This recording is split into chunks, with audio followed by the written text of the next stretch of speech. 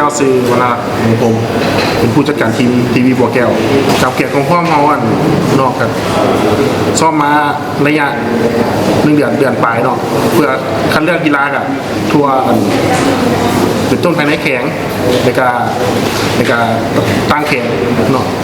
เช่นว่าแข่งธรรมศาสตร์แข่งซีกองแข่งสารวัตรเนาะเพื่อผสมทบกัน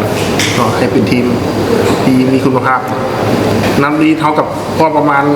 95%เนาะเพื่อเก็บความพร้อมคือที่จะเจอกับกองทัพเนี่ย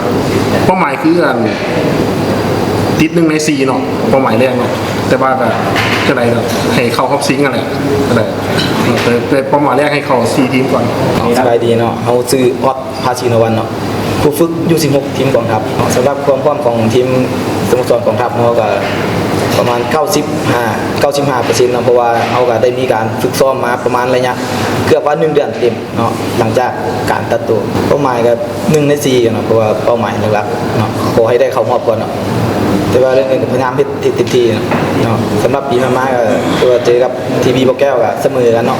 แต่ว่าปีนี้เขาก็พยายามปรับที่ว่าจุดดีจุดอ่อนเลยศึกษาเกมของคู่ต่อสู้เนาะเพื่อนัดแรกเฮ็ดให้ดีที่สุดเนาะซึ่งส่วนแฟนบางเลยว่าเข้ามาชมมาเชียร์อยู่ที่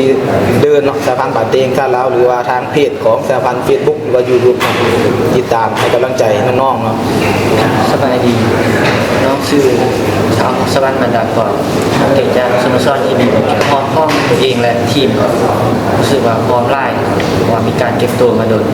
นัทวิทย์เพื่อมั่นใจเนาะว่าจะเก็บ3 แต้มได้เพื่อให้นัดต่อไปได้ลิ้นง่ายขึ้นท้ายนี้ข้อเชิญส่วนแฟนบาร์เข้ามาชมในที่สนามห้วยม่วงหรือทางไลฟ์สดทางเพจชาวพันธุ์บันเจงสาขา